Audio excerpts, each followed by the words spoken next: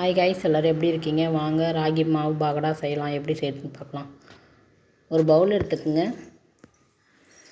ராகி மாவு ஒரு பவுல் எடுத்து சேர்த்துக்கலாம். ராகி மாவு சேர்த்துக்கலாங்க. நல்லா வறுத்து எடுத்து வச்சுருந்த பெருஞ்சீரகம், வறுத்து நுணுக்கி வச்சுருந்த பெருஞ்சீரகத்தை சேர்த்துக்கலாம். ஃப்ளேவர் நல்லாயிருக்கும். சால்ட் உப்பு சேர்த்துக்கலாம். அதுக்கு கார மிளகாத்தூள் சேர்த்துக்கலாம்.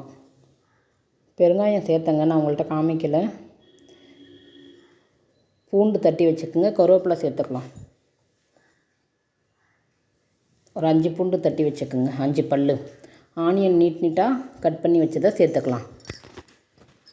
பொட்டுக்கடலை முழுசாக இருக்கிறதையும் அதிலே சேர்த்து கலந்து விட்டுக்கலாம்.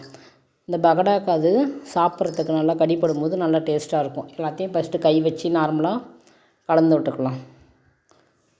நல்லா மிக்ஸ் ஆகட்டும் மசாலாலாம். ஹெல்த்தியான ஸ்நாக்ஸுங்க, வீட்டில் செஞ்சு சாப்பிட்டு பாருங்கள். பசங்களுக்கு ஸ்நாக்ஸாக கொடுத்தா அனுப்பணும். நல்லா ஹெல்த்தியாக இருக்கும். தண்ணி தெளித்து ஃபஸ்ட்டு பிசைஞ்சிங்க. நார்மலாக நம்ம பகடாக்கெலாம் பிசைகிற மாதிரி பிசைஞ்சாலுமே போதும்.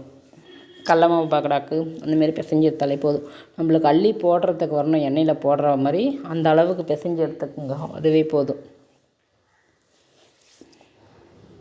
ரொம்ப அழுத்தம் கொடுக்காம அப்படி நார்மலாக பிசைஞ்சு எடுங்க. ரொம்ப அழுத்தம் கொடுத்திங்கன்னா ஹார்டாக ஆகிடும், சாப்பிட கருக்கு முறுக்குன்னு இருக்காது. அடுப்பு பற்ற வச்சு கடாய் வச்சு எண்ணெய் ஊற்றிக்கலாம். ரொம்ப சிம்பிளாக ஈஸியாக செய்யலாங்க. இதுமாரி போட்டு பார்த்திங்கன்னா மேலே ஏந்தோடனே எல்லாத்தையும் போட்டு எடுங்க. எண்ணெய் பார்த்து இது பண்ணுங்கள், கையில் படும். எல்லாம் எட்ட வச்சு போட்டுக்குங்க. ஒரு முறை செஞ்சு பாருங்கள், வீட்டிலையே செய்வீங்க. அதுக்கப்புறம் கடையில் கடல மாவு பகடாவோட ராகி மாவு பகடா நல்லா ஹெல்த்தியான ஸ்நாக்ஸுன்னு வீட்டிலையே செஞ்சு சாப்பிடுவீங்க. ரொம்ப கருக விட்டுறாதீங்க, நார்மலாக பார்த்து எடுத்துருங்க. கருப்பாயிடுச்சுன்னா தீஞ்ச மாதிரி ஆகிடும். ஃபஸ்ட்டு சிங்கிள் அப்படி ஆயிடுச்சு. நல்லா நார்மலாக பார்த்து நீங்கள் எடுத்துக்குங்க. சுட சுட சாதத்துக்கெல்லாம் வச்சு சாப்பிட்டா நல்லா டேஸ்ட்டாக இருக்கும்.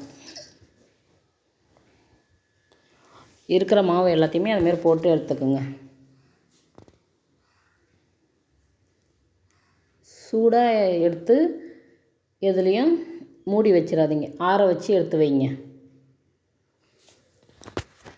இருக்கிற மாவு எல்லாத்தையும் போட்டு எடுத்தாச்சு. நல்லா ஹெல்த்தியான ராகி மாவு பகடா வீட்டில் செஞ்சு சாப்பிட்டு பாருங்கள். பிள்ளைங்களுக்கெல்லாம் ஸ்நாக்ஸாக கொடுத்து அனுப்புங்க. வயசானவங்களுக்கும் கொடுக்கலாம். நல்லா டேஸ்ட்டாக ஹெல்த்தியாக இருக்கும். செய்து பாருங்கள்.